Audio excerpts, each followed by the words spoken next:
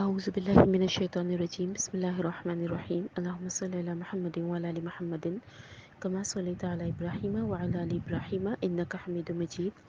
حدیث نمبر 14، نبی صلی اللہ علیہ وسلم نے فرمایا، جب دو مسلمان اپنی اپنی تلواریں لے کر آپس میں لڑتے ہیں تو قاتل اور مقتول دونوں ہی جہنمی ہیں۔ میں نے یعنی حضرت ابو بکر رضی اللہ تعالیٰ عنہ سے روایت ہے، انہوں نے عرض کیا، اے اللہ کے رسول، قاتل تو جہنم میں جائے گا ہی کیونکہ اس نے قتل کیا ہے، لیکن مقتول کیوں جہنم میں جائے گا؟ تو نبی صلی اللہ علیہ وسلم نے فرمایا، اس کی بھی خواہش یہی تھی کہ دوسرے کو قتل کر دے، یعنی اس کے ہاتھ میں بھی تو تلوار تھی۔ اس حدیث سے ہمیں کیا پتہ چلتا ہے کہ اگر دو شخص ہیں، ایک نے دوسرے کو قتل کیا اور دوسرے کے ہاتھ میں بھی تلوار ہے، تو دونوں کے بارے میں نبی صلی اللہ علیہ وسلم فرماتے ہیں کہ دونوں ہی جو ہے وہ گنہگار ہیں۔ کیوں گنہگار ہیں؟ کیونکہ دوسرے نے بھی وہی کیا جو پہلا کر رہا تھا۔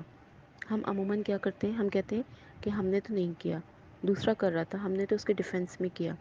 تو نبی صلی اللہ علیہ وسلم نے مسلمان کی طرف کوئی چھری، چاقو یا کوئی ہتھیار اٹھانا اس کو بھی پسند نہیں فرمایا، کیونکہ ایک حدیث میں آتا ہے کہ جب تم کوئی تلوار، ہتھیار یا نوکدار چیز اٹھاتے ہو، یہ حدیث کا مفہوم ہے، تو اس کے ساتھ میں شیطان ہوتا ہے۔ یعنی کہ جب ہم مذاق میں بھی اگر کوئی نوکدار چیز اٹھاتے ہیں تو ساتھ میں اس کے شیطان ہوتا ہے۔ پھر ہمیں ایک اور حدیث کے ذریعے یہ بات پتہ چلتی ہے کہ جب ہم کسی کو کوئی نوکدار چیز دیں تو الٹی طرف سے دیں۔ مثلا میں آپ کو مثال سمجھاتی ہوں کہ اگر آپ سے کوئی چھری، قینچی یا کوئی بھی نوکدار چیز مانگتا ہے تو آپ اس کو نوکدار چیز اپنی طرف کریں گے اور جو اس کا پکڑنے کا حصہ ہے، ہینڈل ہے، وہ اس کی طرف کریں گے۔ اس میں بھی بڑی حکمت نظر آتی ہے۔ اب آپ تھوڑا سا امیجن کریں، آپ سے کسی نے چھری مانگی، آپ نے اس کا ہتھا پکڑا اور اس کو نوکدار حصہ دیا۔ جب وہ پکڑے گا، ہو سکتا ہے کہ اس کو زخم آ جائے، ہو سکتا ہے کہ وہ اس کے لیے نقصان دہ ہو، اور ابھی میں نے آپ کو حدیث بتائی جس کا مفہوم تھا کہ ہر نوکدار چیز کے آگے شیطان ہوتا ہے۔ شیطان ہو سکتا ہے کہ کسی طریقے سے اس کو نقصان پہنچوا دے، مطلب ہمارا مقصد نہیں ہو لیکن اس کو نقصان پہنچ سکتا ہے۔ پھر آپ نے اکثر سنا ہوگا کہ بندوق یا رائفل صاف کی جا رہی تھی، گولی چل گئی، وہ بھی تو نوکدار چیز ہے نا، بظاہر یہاں نوک نہیں بنی ہوئی لیکن نقصان دہ چیز ہے۔ اکثر ہم بچوں کو مذاق میں چھری دکھاتے ہیں، مثلا ہم کچن میں ہوتے ہیں، کوئی کام کر رہے ہوتے ہیں، بچہ یا کوئی گھر میں آتا ہے تنگ کرتا ہے اور ہم مذاق میں چھری دکھاتے ہیں، مار دیں گے، نقصان پہنچا دیں گے، مذاق میں کہتے ہیں ہم۔ تو یہ بھی ہمیں منع ہے، کچھ چیزیں مذاق میں بھی منع ہے، جیسے آتا ہے نا طلاق کا کہ مذاق میں بھی ہو جاتی ہے۔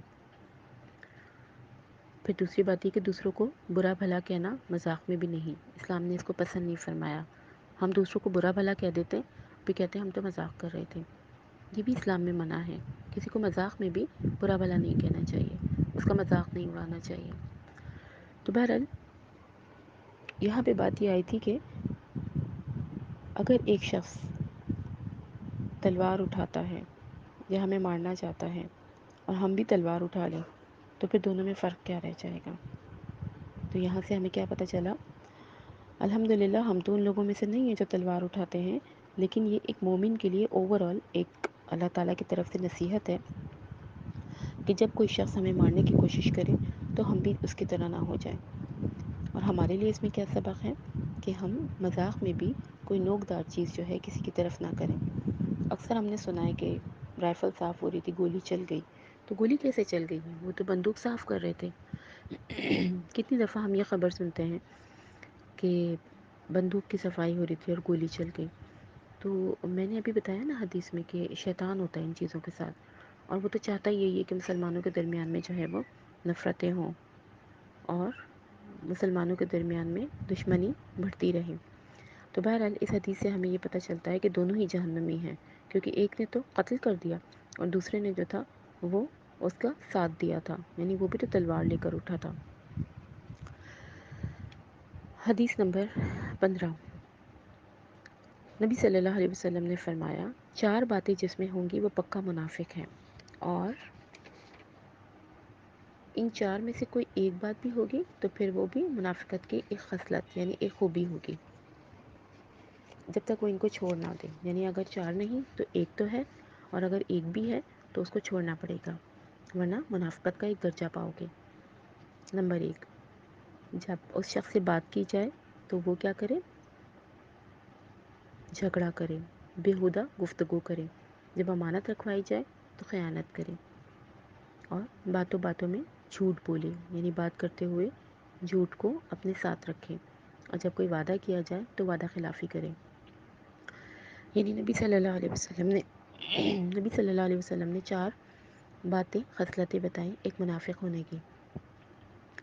سب سے پہلے تو ہم یہ سمجھتے ہیں کہ منافق کون ہوتا ہے۔ منافق وہ شخص ہوتا ہے جس کے دل میں کوئی بات ہوتی ہے اور زبان پہ کچھ اور ہوتا ہے۔ حدیث میں آتا ہے کہ اس طرح کا شخص جو ہے آخرت میں 2 منہ لے کر آئے گا۔ کیوں؟ کیونکہ اس کے دل میں کچھ تھا اور زبان پہ کچھ تھا۔ ہمارے معاشرے میں بھی اس طرح کے بہت سے لوگ ملتے ہیں۔ ہم دوسروں کو نہ دیکھیں، ہم پہلے اپنے بارے میں سوچیں، میں ایسی تو نہیں ہوں۔ رشتہ داروں سے ملتی ہوں، ان کی تعریف، اور جن سے نہیں ملتی، جو موجود نہیں ہوتا، اس کی برائی، کیا میں ایسی تو نہیں ہوں؟ حدیث میں آتا ہے کہ منافق جہنم کے سب سے نچلے گڑھے میں ہوں گے۔ ہیں مسلمان، اہم بات کیا ہے، مسلمان، لیکن نچلے گڑھے میں ہوں گے۔ آپ کو پتہ ہے جہنم کی وسعت کتنی ہے؟ اگر ایک پتھر کو پھینکا جائے تو وہ 70 سال میں نیچے پہنچے گا۔ ایک نومولود بچہ اگر گرایا جائے تو جب وہ نیچے پہنچے گا تو وہ 70 سال کا ہوگا۔ یہ جہنم کی گہرائی اور وسعت ہے۔ اور حدیث میں فرمایا گیا کہ منافق جہنم کے سب سے نچلے گڑھے میں ہوں گے۔ تھوڑا سا لمحہ فکریہ ہے ہمیں اپنے بارے میں۔ ہم یہ نہ سوچیں کہ ہم تو ایک طرف نماز، روزہ اور زکوٰۃ کرتے ہیں، لیکن ان میں سے کوئی خوبی تو نہیں؟ چلیے دیکھتے ہیں ذرا۔ پہلی بات کرے تو جھوٹ بولے۔ ہم کرتے ہیں؟ جی بالکل کرتے ہیں۔ بات بات پہ جھوٹ ہوتا ہے۔ صحابہ کرام تو فرماتے ہیں ہمیں یہی نہیں پتہ کہ جھوٹ کیا ہوتا ہے، اور شاید ہم معاشرے میں دیکھتے ہیں تو ہمارے یہاں سچ کا رواج ہی نہیں ہے۔ حدیث میں آتا ہے نا کہ جب انسان جھوٹ بولتا ہے تو فرشتے اس کی منہ سے 70 میل دور چلے جاتے ہیں، یعنی فرشتے ہی ہٹ جاتے ہیں جب بات بات پہ جھگڑا کرتے ہیں۔ یہ بھی منافق کی نشانی ہے۔ ہم کرتے ہیں؟ جی بالکل کرتے ہیں۔ ہم تو موقع ڈھونڈتے ہیں جھگڑا کرنے کے۔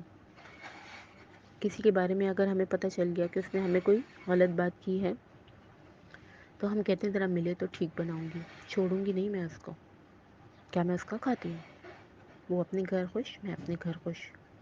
حالانکہ نبی صلی اللہ علیہ وسلم جو ہے وہ رشتوں کو نبھانے کا حکم دیتے ہیں۔ نبی صلی اللہ علیہ وسلم فرماتے ہیں کسی کے بارے میں اگر غلط گمان آئے تو 70 بار سوچو۔ ہم سوچتے ہیں 70 بار؟ مجھے تو کوئی بتا دے کہ فلاں نے تمہارے متعلق یہ کہا ہے، میرے دل میں فوراً آگ بھڑک اٹھتی ہے، ملے تو ٹھیک بناؤں گی، سامنا کرواؤ میرا۔ یہ ہے ہمارے اندر؟ تو لڑائی جھگڑا، بیہودہ گفتگو، یہ ساری چیزیں منافقت کی نشانی ہیں۔ جھوٹ بولنا ہمارے معاشرے میں کس قدر رواج ہے۔ کوئی شادی کارڈ لے کر آتا ہے، ہمیں نہیں جانا ہوتا ہے شادی میں، لیکن ہم کہتے ہیں انشاءاللہ ضرور آئیں گے، اور اندر دل میں کیا ہوتا ہے؟ کون جائے گا ان کے گھر؟ کیا یہ جھوٹ نہیں ہے؟ کیا یہ منافقت نہیں ہے؟ انشاءاللہ بھی کہہ دیا، اللہ کو بھی بیچ میں لے آئے ہم۔ پھر اسی میں ایک خصلت ہے، وعدہ کرتے ہیں تو وعدہ خلافی کرتے ہیں۔ ہم کس طرح وعدے کرتے ہیں؟ سب سے پہلا تو وہ عہد یا وعدہ ایک ہی چیز ہے۔ سب سے پہلا عہد کیا تھا؟ عہد الست، جانتے ہیں نا آپ لوگ؟ آپ لوگوں نے قرآن میں یہ چیز دیکھی ہوگی کہ جب ہم دنیا میں نہیں آئے تھے تو ہم نے اللہ سے ایک وعدہ لیا تھا، جسے ہم عہد الست کہتے ہیں۔ اللہ تعالیٰ نے ہم سے پوچھا تھا الست بربکم، کیا میں تمہارا رب نہیں ہوں؟ تو ہم سب نے کیا کہا تھا؟ عالم ارواح میں، یعنی جب ہم روح تھے، جب ہم دنیا میں نہیں آئے تھے، پوری دنیا کے لوگوں نے اللہ سے ایک وعدہ کیا تھا، بلا کیوں نہیں اللہ آپ ہیں نا ہمارے رب، یعنی اے اللہ ہم آپ کو مانیں گے، ہم آپ کی بات مانیں گے۔ وعدہ لے کے دنیا میں بھیجے گئے، کیا ہم اللہ کی ساری باتیں مانتے ہیں؟ پہلا وعدہ تو ہم نے یہیں پہ خلاف ورزی کر دی، جھوٹ بھی تو ہے یہ، اللہ سے کہہ کر آئے ہیں، یہاں پہ مانتے نہیں ہیں۔ اللہ کا وعدہ ہے الست بربکم، کیا میں تمہارا رب نہیں ہوں؟ رب کسے کہتے ہیں؟ پالنے والا، جسے ماں کو رب البیت کہتے ہیں، گھر کو پالنے والی، گھر کو چلانے والی۔ تو اللہ نے ہمیں پیدا کیا ہے، ہم وہیں سے وعدہ خلافی کرتے آ رہے ہیں، اللہ سے جھوٹ بولتے آ رہے ہیں۔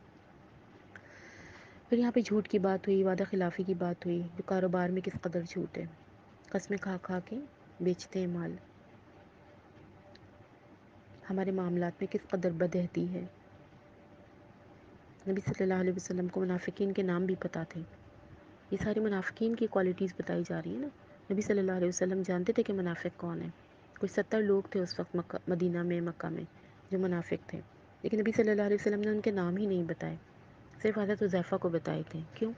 حضرت حذیفہ جو تھے وہ نبی صلی اللہ علیہ وسلم کے رازدان تھے، راز کی باتیں جانتے تھے. تو حضرت حذیفہ کو پتہ تھا کہ منافقین کے نام کیا کیا ہیں، اور نبی صلی اللہ علیہ وسلم ان کی نماز جنازہ بھی نہیں پڑھتے تھے، نہیں جاتے تھے اس میں. حضرت عمر فاروق کو تو ہر بات کی جو تھی وہ فکر رہتی تھی کہ میں بھی دیکھ لوں، تو وہ یہ دیکھتے تھے کہ حضرت حذیفہ جو ہے کس کی نماز جنازہ میں نہیں جا رہے. تو بہرحال یہاں یہ باتیں بتانے کا مقصد یہ ہے کہ منافق شخص کو اللہ اور اس کے رسول نے پسند نہیں فرمایا. اور ایک اہم بات یہ کہ اللہ کے رسول کو پتہ تھا، اللہ نے بتا دیا تھا کہ یہ لوگ منافق ہیں، لیکن چرچا نہیں کیا کہ 10 لوگوں کو بتا دیں یہ منافق ہے. اس سے ہمیں کیا سبق ملتا ہے؟ اس سے ہمیں یہ سبق ملتا ہے کہ اگر ہمیں پتہ بھی چل جائے کہ یہ شخص اچھا نہیں ہے تو اس کا چرچا نہ کیا جائے. ایک اور چیز معاشرے میں دیکھی گئی ہے کہ ہم ہر کسی کو کہتے ہیں یہ تو منافق ہے. اللہ کے رسول منافق لوگوں کے نام جانتے ہوئے بھی ذکر نہیں کرتے، تو ہمیں اور آپ کو کیا حق ہے کہ یہ منافق ہیں؟ ہو سکتا ہے کہ وہ تو منافق نہ رہے، لیکن اللہ تعالیٰ ہمیں کہنے والے کو اس درجے میں ڈال دے. تو بہرحال ہمیں کوئی حق نہیں کہ ہم کسی کو منافق کہیں. یہ لفظ کہنے کا حق اور اختیار اللہ نے ہمیں دیا ہی نہیں، یہ صرف اللہ کے پاس حق ہے. تھوڑا سا اپنے بارے میں ہم سوچیں ایک لمحے کے لیے. ہم کہتے ہیں معاشرے میں تم تو منافق ہو، سامنے تو خیر نہیں کہتے، ایک دوسرے سے کہتے ہیں نا منافق ہے یہ عورت، تو آگے کچھ پیچھے کچھ. ہمیں یہ کہنے کا حق نہیں ہے، کیونکہ اللہ کے رسول جانتے ہوئے ان کے نام نہیں بتاتے تھے. تو ہمیں کس نے اختیار دیا؟ ہم ظاہریت پہ معاملہ کریں گے، ہم کسی کو منافق نہیں کہہ سکتے. منافقت کی ایک دعا بھی ہے نا اس سے بچنے کی، اللہم انی اعوذ بک من النفاق. اللہ ہمیں نفاق سے بچانا. اللہم انی اعوذ بک من النفاق، منافقت سے بچانا. من الکذب، جھوٹ سے بچانا. آپ لوگوں کو میں دعا یاد کرنے کا آسان طریقہ بتاتی ہوں. جب ہمیں کوئی دعا یاد کرنی ہوتی ہے نا، اللہم کا مطلب اے اللہ، انی میں، اعوذ بک پناہ مانگتی ہوں تیری، منن سے، نفاق منافقت سے. ہو گئی ایک دعا. دوسری دیکھیے، اللہم انی اعوذ بک من الکذب، اے اللہ مجھے جھوٹ سے بچانا. اللہم انی اعوذ بک من الخیانہ، خیانت سے بچانا. ٹھیک ہے، تو یہ جو 4 خصلتیں تھیں ان کی جو دعا ہے وہ بھی بن گئی. انشاءاللہ میں آپ کو جو ہے دعا بھیج بھی دیتی ہوں،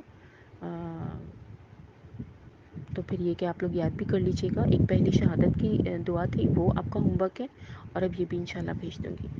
اللہ تعالیٰ سے دعا ہے کہ اللہ تعالیٰ ہمیں منافقت سے بچائے، ہمیں منافق کی موت سے اور منافق کی زندگی سے بچائے.